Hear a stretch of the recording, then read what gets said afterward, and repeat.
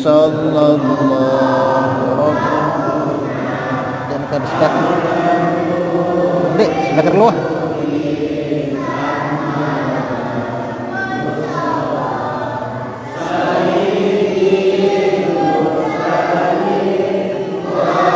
ala alihi wa sahbihi ajmain wa ala alihi wa sahbihi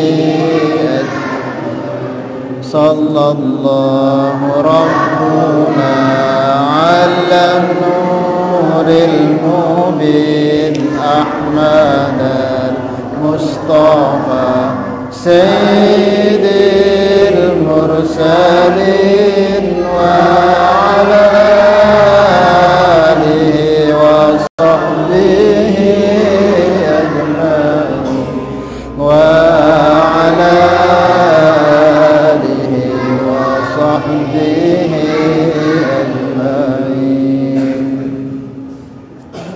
Alhamdulillah hadirin jamaah salat maghrib yang sama-sama dirahmati dan dimuliakan Allah Subhanahu wa taala. Seperti biasa sebelum kita mulai buka kajian, kita baca suratul Fatihah yang hadiah pahalanya kita berikan kepada para guru-guru kita, para murabbi kita, dan kita khususkan kepada musannif pengarang kitab yang kita akan mudzakarahkan malam ini. Bismillahirrahmanirrahim. Ila hadratin nabiyina al-mustafa sayyidina Rasulillah sallallahu alaihi wasallam wa ala alihi wa azwajihi wa dhurriyyati was-sahabati wa atba'ihi wa ila hadrati jami' ikhwanihi min al-anbiya wal mursalin wasyuhada'i was-salihin awliya'il muqarrabin ulama'il 'amilin wal musannifin wa jami'il malaikatil muqarrabin wa khususan ila hadrati syekh Al-Habib Uthman bin Abdullah bin Akil bin Yahya radhiyallahu ta'ala anhu syaulillahi lahumul Fatihah.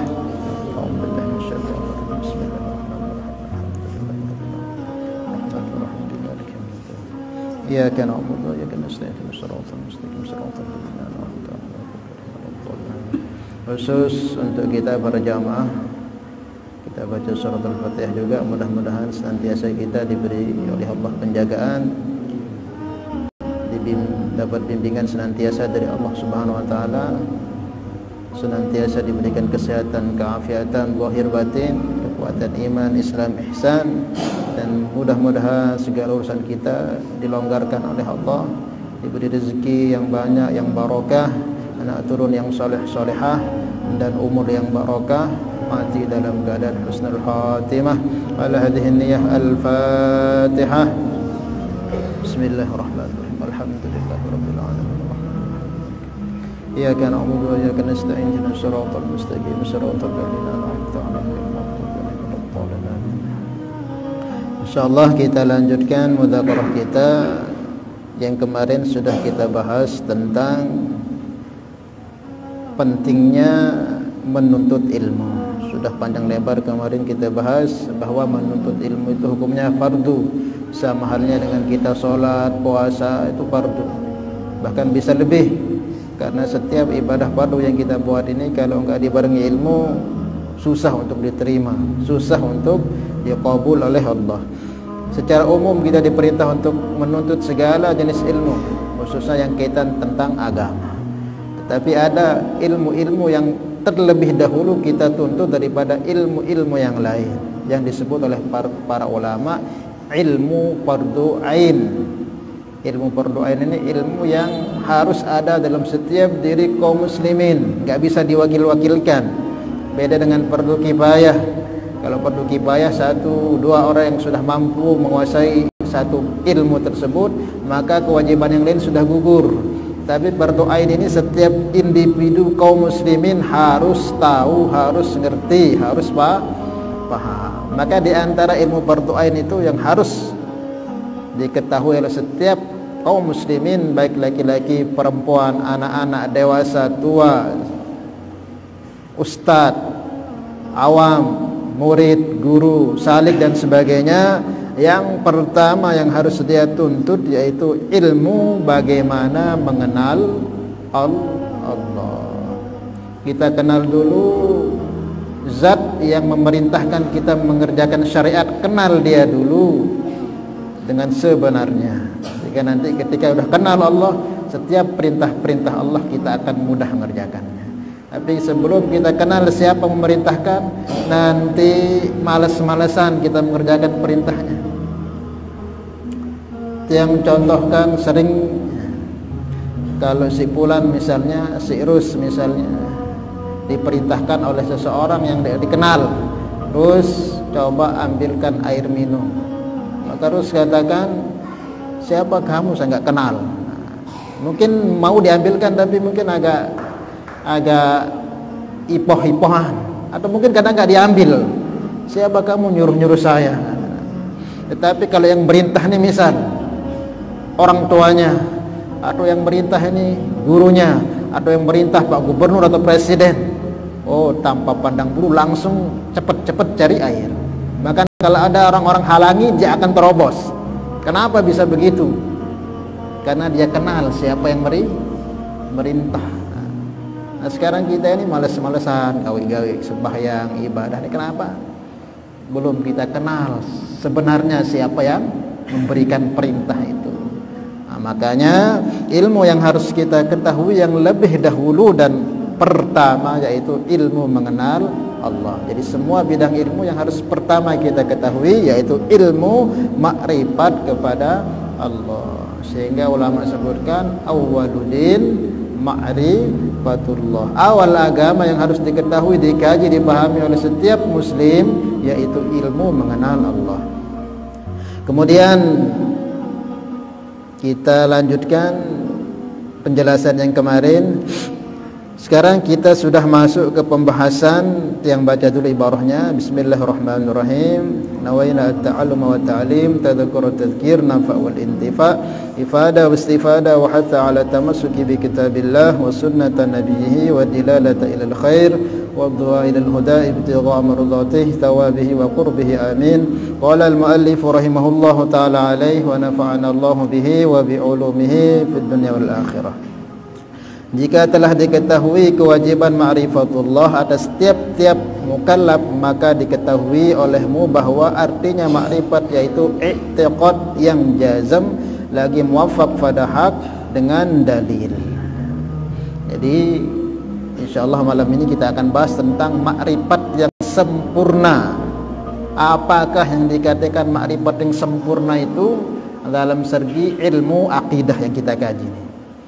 Jadi sebelum terwujud tiga hal yang tiang baca itu dalam diri kita, maka belum kita dikatakan makrifat secara sempurna walaupun kita sudah menyembah Allah, kenal Allah. Tapi sebelum yang tiga ini belum wujud, belum kita dikatakan makrifat yang sebenarnya. Paling-paling kita bertempat di taklid sahih. Orang beriman, kita ikut beriman. Iman kita itu iman ikut-ikutan. Ikut-ikutan ini bahaya. Mesti kita harus punya yang tiga. Yang pertama kita bahas artinya jazam. Jadi i'tiqad yang sebenar itu terdiri dari jazam, mutabik pada hak, kemudian dia punya bukti dalil. Maka di sini akan dijelaskan 4 jenis orang yang makrifat. Yang pertama yang bacakan jazam muwafaq pada hak dengan dalil, maka inilah yang dikatakan ma'rifat. Jadi orang dikatakan ma'rifat itu 3 syaratnya: jazam, kemudian muwafaq pada hak, kemudian an-dalil punya bukti. Kemudian yang kedua jazam muwafaq pada hak tetapi tidak punya dalil, maka ini dikatakan taklid sahih. Nah yang dua ini masih bisa diterima oleh Allah. Tapi kalau yang dua lagi, yang 3 dan 4-nya itu, yang 2 tersisa, nah itu ditolak oleh Allah. Dalam artian tidak diterima keimanannya. Apa itu yang ketiga? Jazam, tiada muwafaq pada hak dan punya dalil, maka inilah dikatakan jahil murakkab. Kemudian yang keempat, jazam tiada muwafaq pada hak, tiada punya dalil, maka ini akan dikatakan taklid sahih. Yang jelaskan. Yang pertama yang dikatakan makrifat itu harus jazam, Jazm ini apa? Yakin adanya Tuhan. Harus yakin arak Tuhan. Karena arak oleh dunia ini dengan memahami bahwa Tuhan itu tidak ada. Kelompok seperti orang-orang Cina sana yang bendera itu ada lambang palu sama cedurit. Orang apa namanya? Komunis atau ateis. Itu orang-orang enggak mengakui adanya Tuhan. Dia meyakini alam semesta wujud sendiri. Di narak piak ya alam semesta ini, ya arak mesak. Ini pemahaman mereka. Nah, orang-orang yang meyakini tidak adanya Tuhan itu tidak terlalu banyak di dunia, cuma sedikit. Kebanyakan ngaku adanya Tuhan. Itu termasuk kelompok yang nggak ngaku adanya Tuhan, ya ateis, komunis dan sebagainya itu. Nah, harus punya keyakinan jazm mantap arak Tuhan. Berarti yang di sini keluar komunis nggak masuk. Kemudian dari sekian banyak orang yang ngaku adanya Tuhan, nah ini juga ada yang salah. Yang benar gimana? Ngaku adanya Tuhan pencipta alam semesta, yaitu Allah. Karena ada orang juga kelompok manusia yang mengaku adanya Tuhan pencipta alam semesta, lagu ndekna Allah Ta'ala. Kalau tadi kan nggak ngaku belas adanya Tuhan, sekarang ada yang ngaku Tuhan. Nah ini pun terbagi. Nah, kalau kita meyakini ada Tuhan, ada zat yang menciptakan alam semesta, yaitu Allah Subhanahu wa Ta'ala. Ada sekelompok orang nggak, dia yakin ada Tuhan yang menciptakan alam semesta, tapi bukan Allah. Dia yakin ada dewa-dewa yang menciptakan, ada makhluk-makhluk atau yang mereka yakini yang bukan Allah yang menciptakan alam semesta. Nah, orang yang meyakini adanya Tuhan pencipta alam semesta yang bukan Allah Ta'ala, itu tidak dikatakan jazm. Mantap. Maka mantap yang benar itu gimana? Arak Tuhan pencipta alam semesta ialah Allah Ta'ala. Itu namanya jazm. Seperti orang-orang Hindu Buddha kan, mereka yakin ada dewa, dewi, ada mereka yakini macam-macam sebagainya yang bukan Allah itu sebagai Tuhan. Nah, itu tidak jazm. Kemudian selepas mantap ada Tuhan yang menciptakan alam semesta, yaitu Allah, harus yang kedua nih syaratnya harus yang diyakininya itu muwafaq pada yang hak. Muwafaq pada yang hak ini maksudnya tidak menyeleweng dari yang benar, dari yang hak, dari yang benar. Karena ada orang yang meyakini ada Tuhan, ada yang menciptakan alam semesta itu Allah, yaitu Allah, lagu ndekne cocok kan cesak hak. Contohnya orang-orang Yahudi dan Nasrani. Orang-orang Yahudi Nasrani niki dia yakin arak Tuhan sak menciptakan alam semesta, yaitu Allah, lagu ndekne muwafaq pada hak. Di mana tempatnya tidak cocok dalam yang hak? Allah Subhanahu wa Ta'ala berfirman, "Qul huwallahu ahad." Katakan wahai Muhammad sallallahu alaihi wasallam, Allah itu esa, satu Allah itu. Tapi orang-orang Yahudi itu apa? Mereka membuat sekutu bagi Allah Ta'ala. Wa qala alladziina kafaru innallaha tsalitsu tsalatsah. Berkata orang-orang kafir ini Tuhan itu 3, 4. Ada Tuhan Bapa, ada Tuhan anak, ada Tuhan kakek dan sebagainya. Ada Tuhan khusus untuk hujan, ada Tuhan khusus untuk bagi rezeki. Mereka yakini ada Allah, tapi mereka buat Tuhan Allah itu banyak bertentangan dengan ayat Qul huwallahu ahad. Yahudi ini yakin adanya Allah itu, Nasrani juga yakin. Dalam Al-Quran Allah berbahasa, wala in sa'altahum man khalaqas samawati wal arda la yaquluna Allah.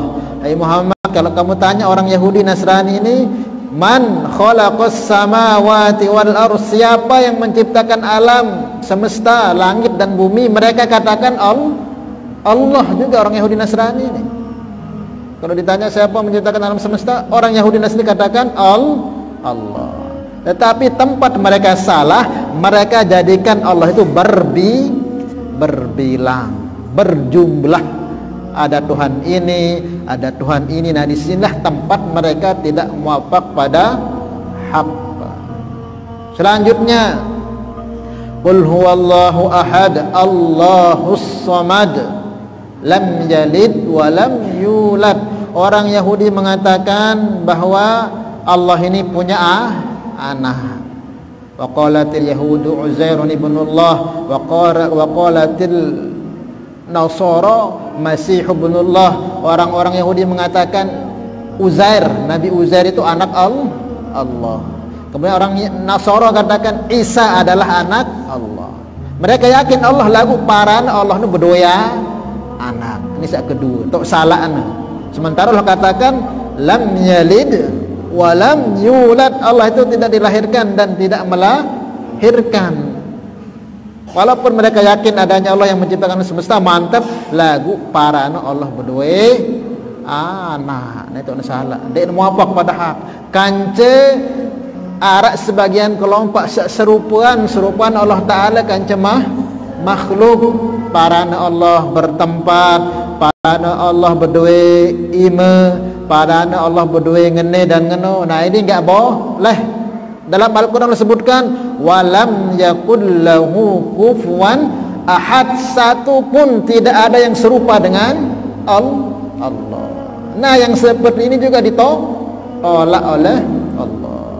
Dalam Al-Quran Allah berbahasa fala tadribu lillahil amthal, jangan sekali-kali kamu membuat permisalan kepada Allah. Allah bertempat, Allah berupa, Allah seperti ini dan seperti itu, enggak boleh. Nah, ini dikatakan tidak muafak pada hak, ditolak. Nah, itu yang kedua. Kemudian kalau kita kan yakin Allah pencipta alam semesta dan yakin Allah itu esa, tidak dilahirkan dan Allah tidak serupa dengan sesuatu apapun. Laisa kamitslihi syai'un wa huwas samiul basir. Nah, selepas kedua ini ada, tambah lagi satu biar lengkap. Kalau enggak ada ini juga masih ikut-ikutan. Apa yang terakhir? Andalil, harus dia punya bukti tentang keimanannya kepada Allah. Kalau dia enggak ada bukti tentang imannya kepada Allah, berarti imannya namanya iman muqallid, iman ikut-ikutan. Orang yang tidak punya burhan, bukti tentang keimanannya kepada Allah, berarti imannya ikut-ikutan. Ini bahaya. Nanti orang murtad, dia ikut murtad. Orang beriman ikut beriman, orang maksiat ikut maksiat karena enggak punya pegangan, enggak punya hujah, enggak punya dalil, enggak punya bukti tentang keimanannya kepada Allah. Maka pertanyaannya gimana sih supaya kita punya bukti Ustaz tentang iman kepada Allah supaya mantep? Ngaji. Makanya kita kaji akidah sifat 20 niki adek temantap berdua bukti-bukti tentang keimanan kita kepada Allah. Kalau sudah mantap, insya Allah koncangan kayak apapun tidak akan terombang-ambing kita dengan fitnah-fitnah yang terjadi khususnya di akhir zaman ini. Nah, jika ketiga ini mantap, baru orang itu dikatakan makrifat sempurna. Dia yakin ada Allah yang menciptakan alam semesta, hanya Allah yang menciptakan, bukan Tuhan-Tuhan yang lain. Kemudian dia tidak serupakan Allah, tidak katakan Allah seperti ini dan seperti itu, dan dia tidak duakan dengan yang lain. Kemudian keimanannya ini ada burhan, ada bukti tentang keimanannya kepada Allah. Kenapa kita perlu bukti iman kepada Allah? Iman-iman saja gitu, kenapa harus pakai dalil bukti? Kenapa? Kenapa? Karena Allah itu tidak kelihatan. Allah itu ghaib. Alladzina yu'minuna bil ghaib. Orang beriman itu siapa? Mereka yang beriman kepada yang gaib. Allah ini enggak kelihatan dengan kasat mata kita ini. Supaya mantap keyakinan kita terhadap hal yang enggak kelihatan ini, kita harus punya bukti. Yang enggak perlu bukti itu kalau memang sudah kelihatan, kayak masjid ini enggak perlu pakai bukti. Terus kenal antum masjid Telaga, masjid apa namanya? Nurul Yakin. Terus kenal antum masjid Nurul Yakin, kenal lah, B bukti nih. Kenapa harus ditanyakan bukti? Orang sudah berada di masjid ini. Hal yang nampak itu nggak perlu pakai bukti karena sudah kelihatan. Apalagi sudah berada di tempat. Yang harus kita punya bukti dalil, yaitu hal-hal yang tidak nampak. Nah, Allah ini gaib. Supaya mantap keyakinan kita tentang keberadaan Allah yang nggak kelihatan oleh kasat mata kita ini, yaitu harus kita punya bukti. Nah, bukti itu namanya dalil. Maka ngaji ilmu-ilmu yang membuat kita ma'rifat kepada Allah. Itu diantaranya ilmu akidah niki. Nah, ini yang kedua. Nanti pembahasan masalah dalil besok kita bahas. Sekarang kita bahas yang 4 macam ini. Yang pertama tadi, makrifat sempurna itu terdiri dari harus dia jazam, mantap. Kemudian yang dimantapi itu cocok dengan yang hak dan dia punya bukti. Nah, yang kedua ini dia jazam, yakin ada Allah, yakin ada zat yang menciptakan alam semesta, yaitu Allah. Nah, sama kayak tadi. Kemudian muafak pada hak, dan dia cocok apa yang dia yakin itu dengan yang hak. Dia katakan Allah itu enggak punya sekutu, dia katakan Allah itu enggak dilahirkan, dia katakan Allah itu enggak serupa dengan makhluk. Dia cocok pada hak, tapi tiada dengan dalil lagu ndek nembudoi bukti iman sekedar iman ikut-ikutan.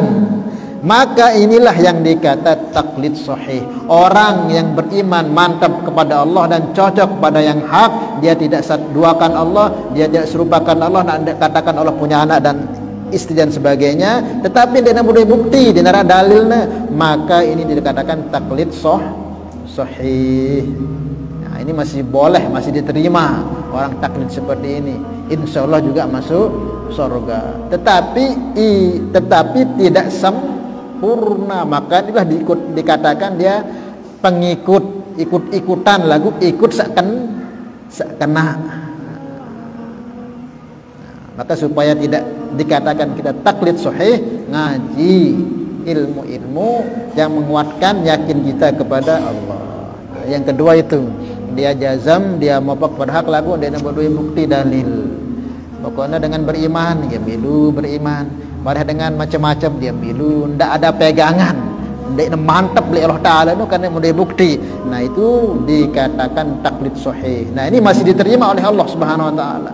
Cuman kebanyakan ulama akidah katakan mukmin yang beriman kepada Allah lagu tidak punya bukti, tetap dia berdosa. Tetap dia berdosa. Selagi dia belum punya bukti ngaji, tetap dia berdosa. Ini kaulnya para ulama-ulama ahli akidah. Karena iman ikut-ikutan ini disebut dalam Al-Quran ketika orang Arab Badui datang kepada Nabi, qalatil a'rabu amanna, orang Badui itu datang, ya Rasulullah kami beriman.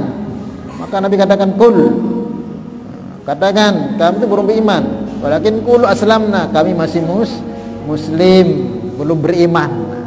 Kalau beriman itu apa? Orang yang sudah punya keyakinan mantap kepada Allah, dia punya bukti, dia punya hak hakikat tentang keimanannya itu, maka itu baru dikatakan beriman.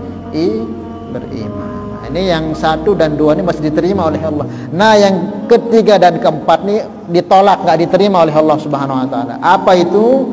Nah, yang ketiga jazm. Yang ketiga ini dia jazm, yakinnya.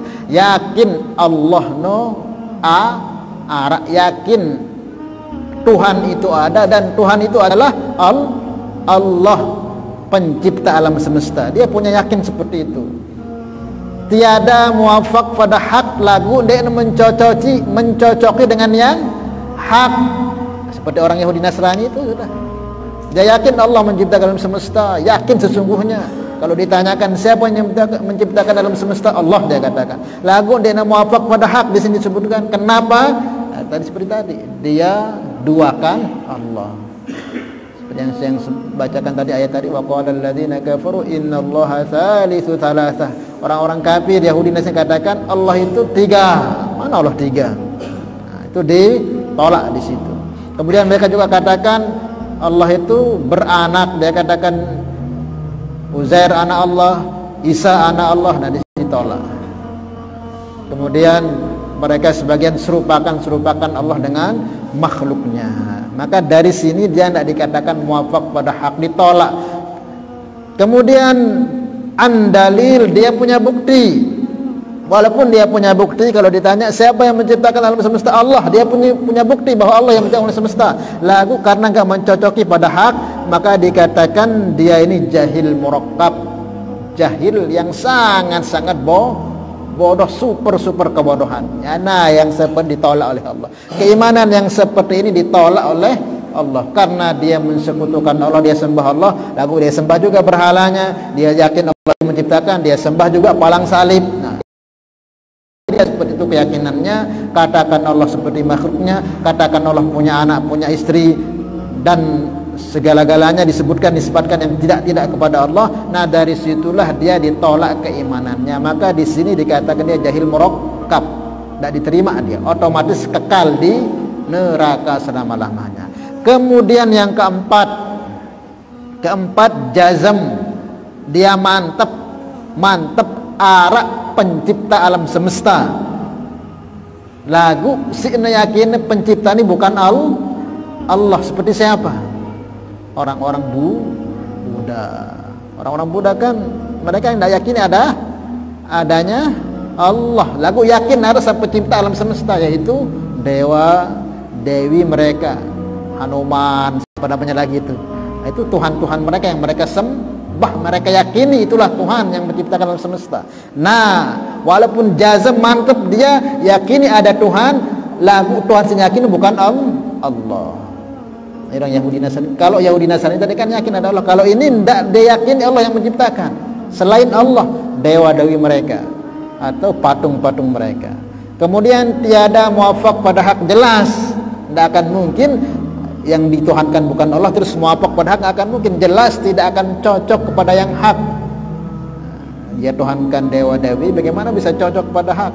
Sementara dewa-dewi mereka itu bisa dibuat, bisa ditulis, bisa kelihatan. Bagaimana? Bahkan dia dibuat, diciptakan, bagaimana dia bisa buat alam semesta? Nah, kan kebodohan jadi seperti itu. Kemudian tiada punya dalil, dan tidak pernah juga kita ketahui bahwa batu-batu yang mereka sembah, dewa-dewi mereka sembah itu, sampi, kadang kera mereka sembah, pernah menciptakan alam. Tidak pernah kita lihat, tidak pernah kita yakini. Bahkan kera, sapi, patung itu mereka sendiri yang buat. Nah, maka mereka nggak punya bukti. Nah, maka dikatakan taklidnya batil. Sudah Tuhan yang dianggap bukan Allah, kemudian jelas dia otomatis tidak akan cocok padangnya hak. Terus tidak ada bukti dia. Kapan dia pernah lihat alam patung-patung ini bergerak menciptakan? Jangankan alam semesta, makanan buat dia aja nggak bisa. Tapi karena kebodohan dia sembah sesuatu yang dia buat terus dia sembah. Ini kan betul-betul kebodohan sangat. Nah, yang keempat ini juga ditolak oleh Allah. Jadi dua yang pertama tadi diterima oleh Allah, yang dua yang terakhir itu ditolak oleh Allah. Jazmnya orang Yahudi Nasrani ataupun orang-orang Hindu Buddha yang meyakini pencipta alam semesta bukan Allah. Mafhum insyaallah ya. Nah, kita insyaallah yakin Allah yang menciptakan alam semesta, dan insyaallah tidak akan kita duakan Allah dengan yang lain. Supaya mantap, tambahi dengan dalil. Kita kaji kajian ilmu seperti ini supaya kita betul-betul murni akidah kita kepada Allah. Mantap akidah kita kepada Allah. Lamun dari taman ngaji ilmu barang ini rawan akan jatuh kepada kesyirikan. Seperti yang kemarin yang sampaikan, mungkin dia tersembah, mungkin dia teryakini lagu paranten diri mampu untuk berbuat sesuatu, itu suatu kesyirikan. Kadang kita nggak sadar, kadang kita merasa mampu, padahal lamun dekku begawean apa senekakan si anak seninakku. Ini bahaya kata-kata seperti ini. Bahaya kalau kita nggak nyadar, berarti kita anggap diri kita ini Tuhan yang mampu memberi makan anak istri kita.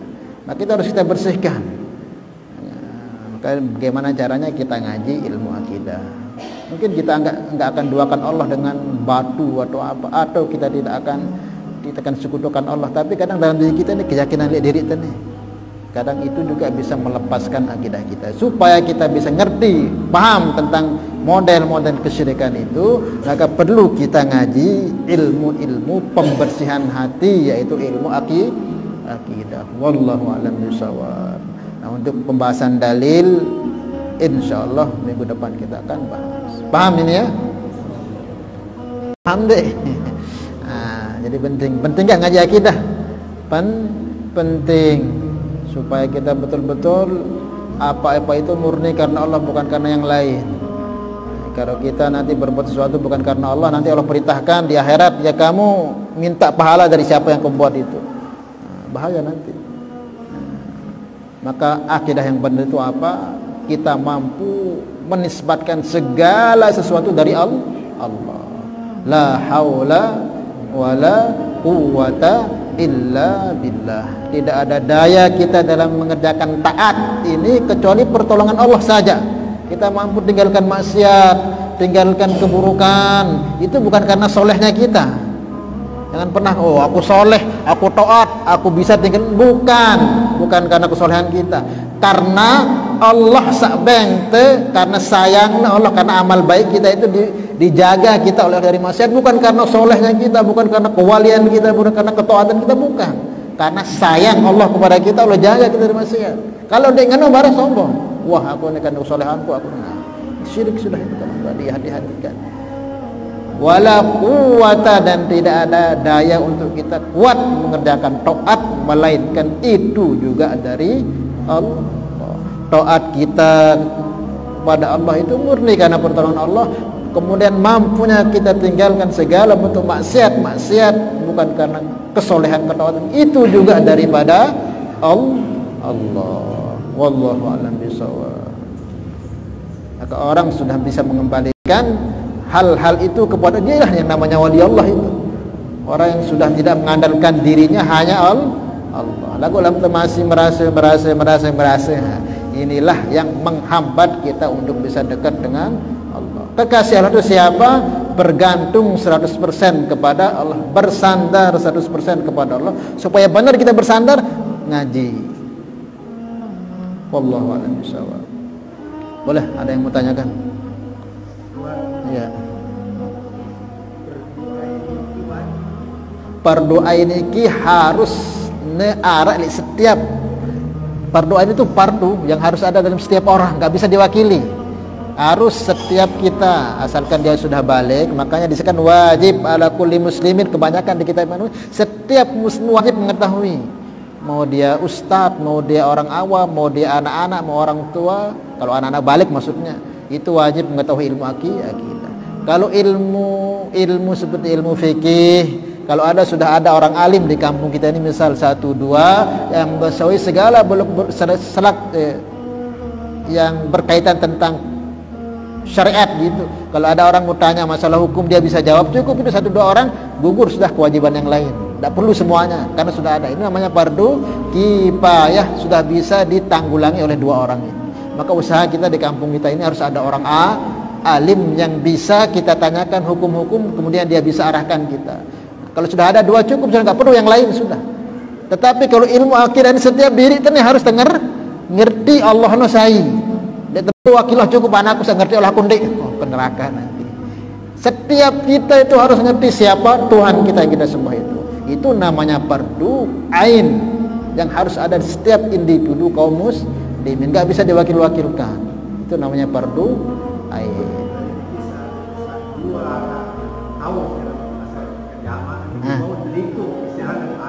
Bau kalau fardu kifayah. Maya misal contohnya ada dengan wah tahu mandian mayit lek kampung kan ada sekek 2 telu dengan. Sudah gugur kewajiban yang lain. Lagu lamu denara tahu mandian mayit, labuan berdosa, itu namanya fardu kifayah. Seperti misal harus nara lek kampung teh dengan hafiz Al-Qur'an. Lah hukumnya fardu kifayah hukumnya harus fardu ain hukumnya adanya hafiz Al-Qur'an di kampung kita walaupun 1 orang. Tetapi kalau sudah wujud 1 orang itu fardu kifayah jadinya. Jadi yang lain itu nggak perlu hafiz, sudah cukup yang 1 ini sudah membentengi. Tetapi kalau nggak ada orang hafiz Al-Qur'an di kampung itu, lapu anda berdosa. Bilang detik, bilang waktu, bilang jam dia berdosa doang. Karena belum ada orang alim, belum ada hafiz di kampung itu. Maka usaha. Maka kalau sudah ada orang alim, kita jaga orang alim di kampung kita itu, jangan kita telengok sehingga dia pergi lagi, nanti dosa lagi terus kita.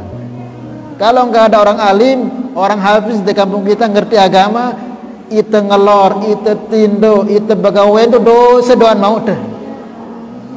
Maka gimana cara usaha di kampung dengan maya ada nara sealim di kampung tu. Kalau mendengar anak-anak tu peta ustad sa bau dor di kampung tu sa bimbing itu, baru tergugur fardu kifayah tersebut. Kalau biasanya setan tu pintar, kalau menharap anak-anak tu misal mondok ulik nu halim hafiz, kadang dia telengok. Memang setan pintar, dia telengok sehingga dia wah lete masih di kuah tekadu di kampung tu uzlah dan langsung pindah jok tempat lain. Dor itu berdosa doa itu malik jadi. Maka lama-lama dengan alim di kampung tu wahara anak desa alim tak tahu kadu tonjak kena jadi imam jadi khatib apa adik ini memang 1-2 kali mungkin salah, apa itu namanya anak baru beraja, tapi sudah kalau lama dia akan mampu membimbing umat, dan itulah penyelamat kita daripada dosa yang setiap hari kita buat. Insyaallah ya. Nah, maka kita usahakan adanya orang alim supaya kita terbebas dari fardu kifayah tersebut. Enggak boleh insyaallah.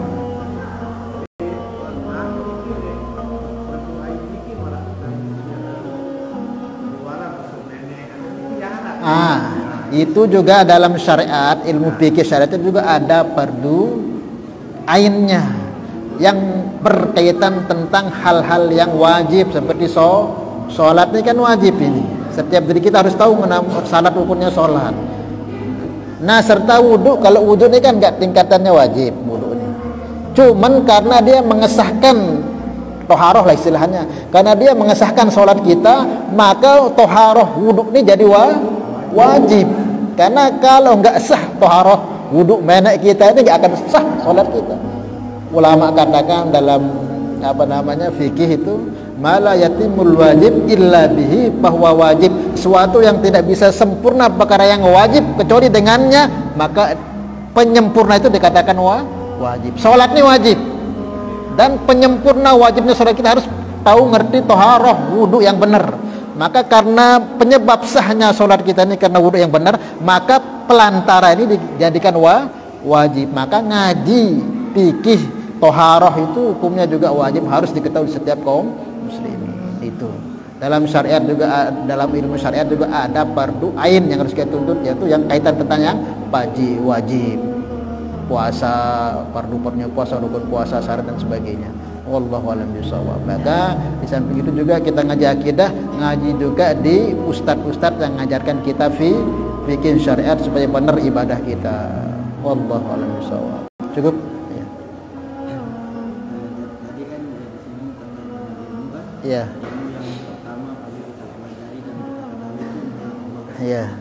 Karena di sini banyak orang tua, mungkin kita yang dikatakan bagaimana cara kita sebagai orang tua kita mengenalkan atau memberitahukan kepada anak kita atau anak kita untuk mengenal Allah. Karena kita tahu bahwa untuk mengenalkan Allah atau memberitahukan ilmu ini kan karena ilmu seperti yang disampaikan bahwa Allah itu gaib kan, apalagi untuk anak-anak gitu. Bagaimana cara kita untuk memberitahukan atau mengedukasi anak-anak kita, adik-adik kita untuk lebih cepat mengenal Allah dari usia mereka itu masih dini. Ini anak KKN ya? KKN. Caranya kita latih. Anakku, kalau kamu mau minta sesuatu, jangan minta ke bapak dulu, minta kepada Allah.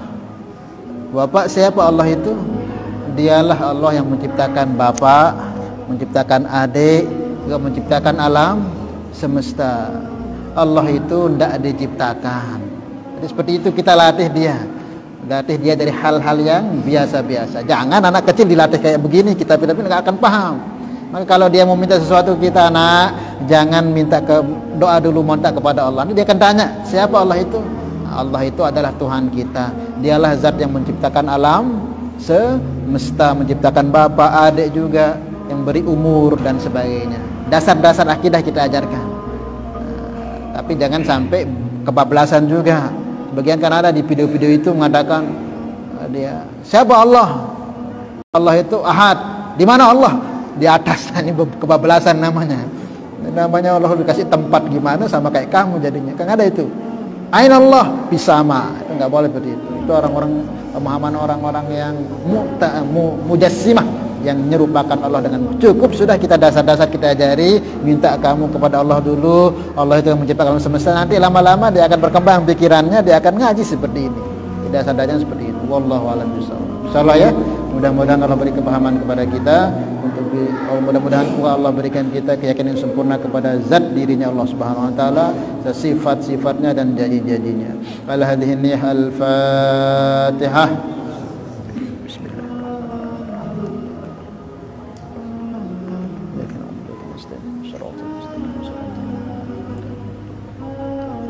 Salatullah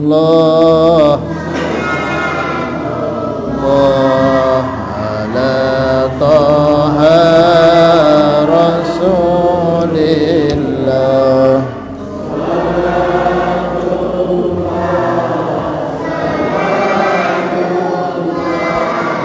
ala yasin habibillah tawassalna bismillah wa bil hadi rasulillah wa kulli mujahidin lillah bi ahlil badriyah. Subhanallah bihamdihi, subhanallah wa bihamdika, asyhadu an la ilaha illa anta, astaghfiruka wa atubu ilaik. Wassalamu